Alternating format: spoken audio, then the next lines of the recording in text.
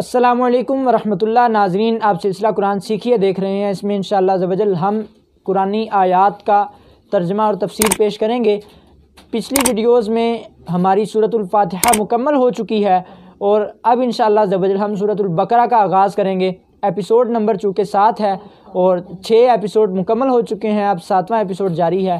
اس میں ہم انشاءاللہ عز و جل سورۃ البقرہ کا مختصر سا تعارف، یعنی اس کا مقام نزول، یہ کہاں نازل ہوئی اور اس کی آیات، کلمات اور حروف کی تعداد کتنی ہے، یہ بھی انشاءاللہ عز و جل عرض کریں گے۔ اور بقرہ، سورۃ البقرہ ہے نا، تو بقرہ رکھنے کی وجہ، یہ جو بقرہ نام رکھا گیا ہے، یہ نام رکھنے کی کیا وجہ ہے، اور سورۃ البقرہ کے فضائل میں سے فقط ایک فضیلت، اور سورۃ البقرہ کے جو مضامین، اس میں جو مضمون بیان کیے گئے ہیں اس میں سے چند مضامین آپ سے ڈسکس کریں گے، اور انشاءاللہ عز و جل یہ بھی بیان کریں گے کہ سورۃ الفاتحہ جو اس سے پچھلی صورت ہے اس میں اور اس صورت میں مناسبت کیا ہے، ان دونوں کے درمیان ربط کیا ہے، تعلق کیا ہے، اور پھر انشاءاللہ عز و جل آیت نمبر 1 اور 2 پر گفتگو کریں گے۔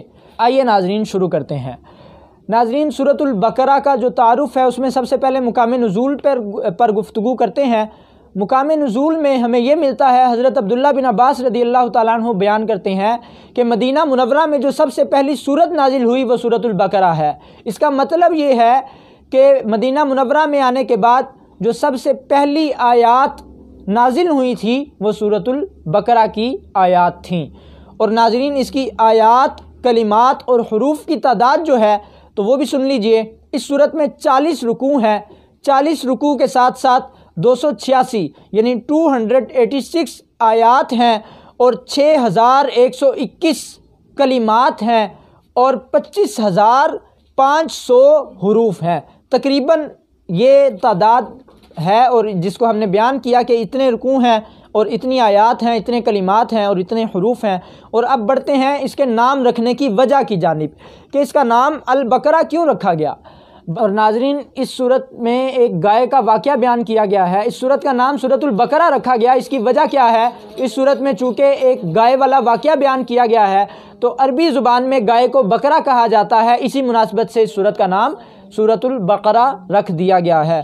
اور ناظرین، اس کے فضائل میں سے ایک فضیلت عرض کرتا ہوں، اور وہ فضیلت یہ ہے کہ حضرت ابو ہریرہ رضی اللہ تعالیٰ عنہ سے روایت ہے، حضور علیہ الصلوۃ والسلام نے ارشاد فرمایا کہ ہر چیز کی ایک بلندی ہے اور قرآن کی بلندی سورۃ البقرہ ہے۔ اس میں ایک آیت ہے جو قرآن کی تمام آیتوں کی سردار ہے، اور وہ آیت جو ہے وہ آیت الکرسی ہے۔ اور یہ حدیث مبارکہ جو ہے یہ ترمذی شریف میں موجود ہے، اور حدیث نمبر ہے 2887 یعنی 2887۔ ناظرین، اب بڑھتے ہیں سورۃ البقرہ کے مضامین کی جانب۔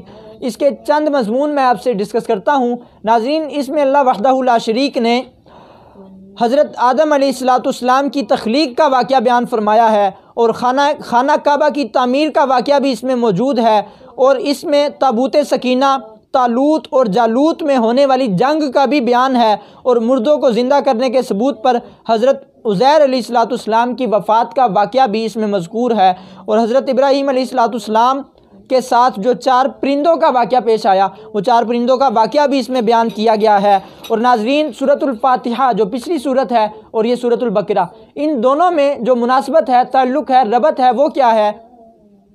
سورۃ البقرہ کی اپنی ماں قبل صورت سے مناسبت یہ ہے کہ سورۃ الفاتحہ میں چونکہ مسلمانوں کو دعا مانگنے کی تعلیم دی گئی، اللہ نے طریقہ سکھلایا کہ اے مسلمانوں، اے ایمان والو، تم نے دعا کیسے مانگنی ہے، اور دعا کے آخر میں ہم نے گزارش اللہ سے یہ کی تھی، یا اللہ عز و جل ہمیں سیدھا راستہ دکھا تو دیا، اب سیدھے راستے پر چلا، اور چلانا بھی کن لوگوں کے راستے پر ہے، وہ سیدھا راستہ کن لوگوں کا راستہ ہے، تو اس میں چونکہ بیان کیا گیا تھا کہ انبیاء، صالحین، صدیقین اور شہداء کا راستہ سیدھا راستہ ہے، اور وہ صرف مطلقاً فرما دیا ان لوگوں کا راستہ سیدھا راستہ ہے۔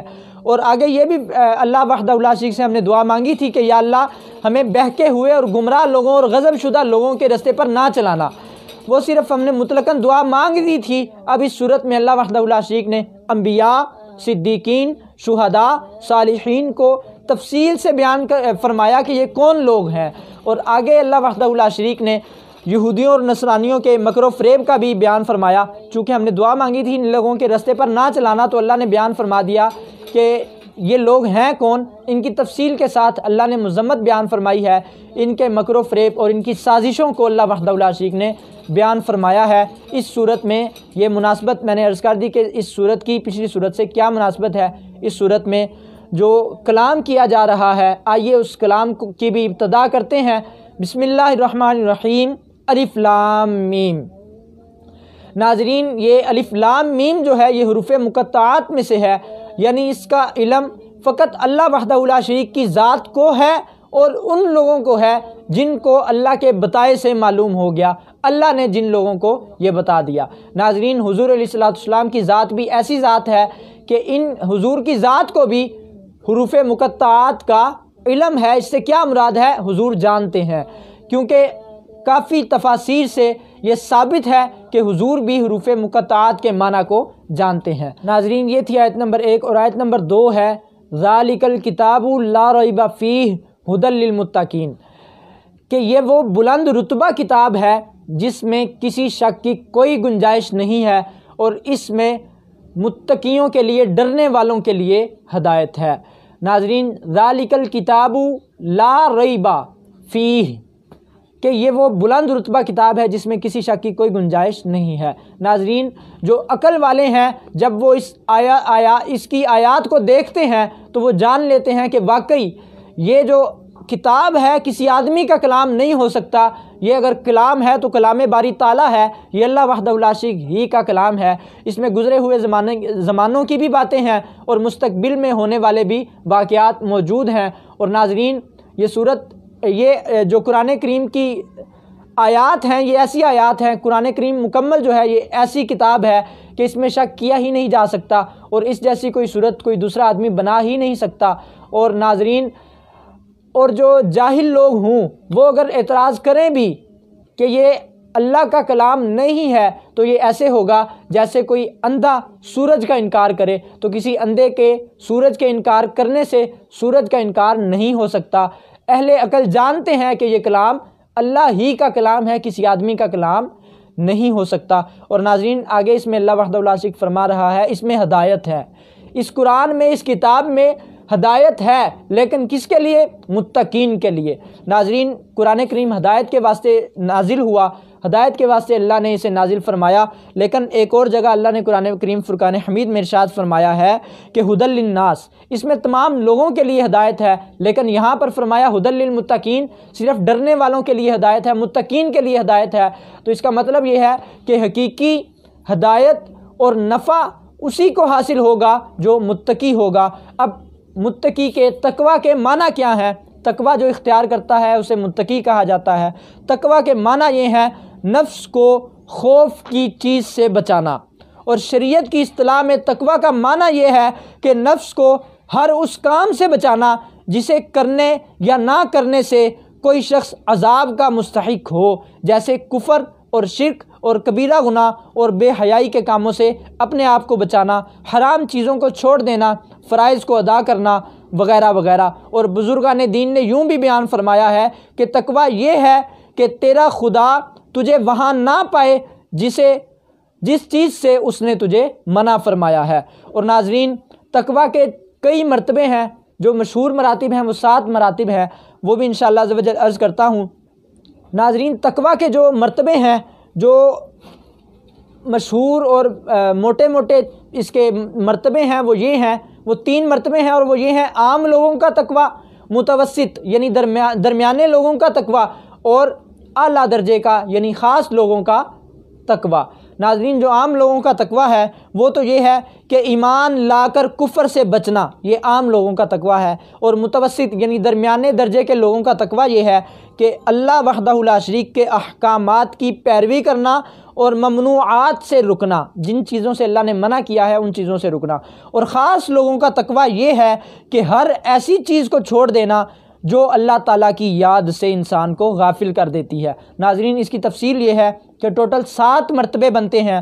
پہلا مرتبہ یہ ہے کہ انسان اپنے آپ کو کفر سے بچائے، دوسرا مرتبہ یہ ہے کہ بد مذہبی سے بچنا، تیسرا کبیرہ گناہ سے بچنا، چوتھا صغیرہ گناہوں سے بچنا، اور 5واں مرتبہ یہ ہے کہ شبہات سے بچنا، کسی چیز میں شبہ ہے کہ پتہ نہیں یہ چیز درست ہے یا نہیں، پتہ نہیں گناہ ہے یا نہیں، تو ایسی چیز سے بھی بچنا یہ بھی تقویٰ کہلاتا ہے۔ اور چھٹی چیز ہے نفسانی خواہشات سے بچنا، جس چیز کا حکم ہمیں نفس دے رہا ہے اس چیز سے بچنا یہ بھی تقویٰ کہلاتا ہے۔ اور ساتویں اور آخری چیز یہ ہے کہ ہر اس چیز سے بچنا جو چیز ہمیں اللہ وحدہ لا شریک کی طرف توجہ دلانے سے مانے ہو، یعنی روک دے، ہماری توجہ اللہ سے ہٹ جائے، یہ ایسی چیز سے بچنا یہ تقویٰ کی ساتویں قسم ہے۔ اور یہ جو 7 قسمیں بیان کی گئی، اگر کوئی شخص تقویٰ کی پہلی قسم جو ہے یعنی کفر سے بچ کر اسلام قبول کرنا، اس پر بھی اگر عمل کرے گا، یعنی جو بھی مسلمان ہوگا اللہ وحدہ لا شریک کی طرف سے اس کو بھی قرآن کی ہدایت نصیب ہو جائے گی، وہ بھی متقین کی صف میں داخل ہے، اس لیے وہ بھی تقویٰ ہونے کی وجہ سے قرآن کی حقیقی ہدایت کو حاصل کر سکے گا۔ ناظرین، ہماری آج کی ویڈیو مکمل ہوئی، انشاءاللہ عز و جل اگلی ویڈیو لے کر ہم آپ کی خدمت میں حاضر ہوں گے۔